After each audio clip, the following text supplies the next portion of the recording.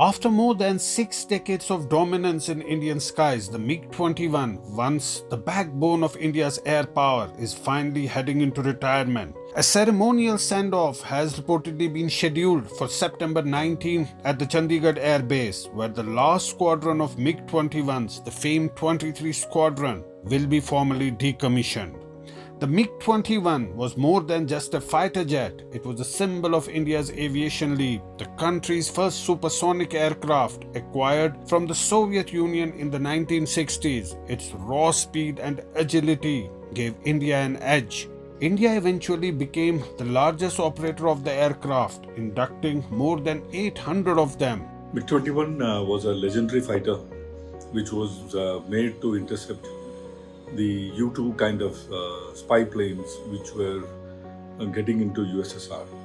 In fact, it is the first Russian fighter ever to be made with an air-to-air missile called K-13 or K-13. And thereafter, it got made into different variants.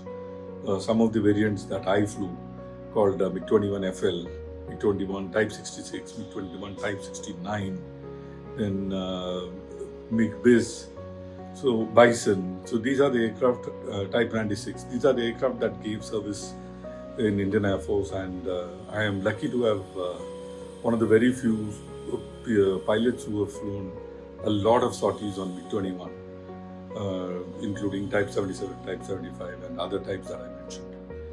It is more like a dart, on steroids. It goes at 2.05 Mach, goes very high altitude, has an exceptional climb speed. In fact, the MiG-Biz at low altitude, one of the very few fighters to have two afterburners, had a thrust to weight ratio of more than 1, which means it could accelerate in a vertical climb. So that kind of capability it had in the 50s, and no fighter in the world has come anywhere close to what MiG-21 has achieved over the years. But over time, the story of the MiG-21 became a troubled one.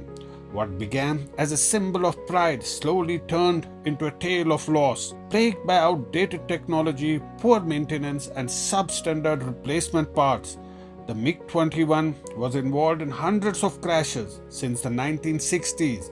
Over 200 pilots and at least 50 civilians have lost their lives in MiG-related accidents, reports say. This deadly record earned it the grim nickname, the Flying Coffin. Of course, all good things need to come to an end. Even MiG-21 has seen its last life in the Indian Air Force. Of course, it went through a phase of bad accidents and wrong epithets. But be that as it may, it was a fighter pilot's aeroplane.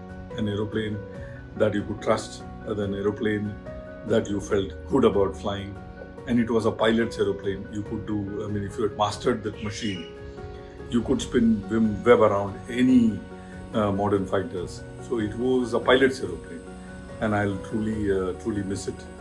It has given its service, and it is now retiring from the Indian Air Force. Like I retired, gave my service, and retired from the Indian Air Force. May the legacy of the last of the Mohican live on. The MiG-21 leaves behind a complex legacy.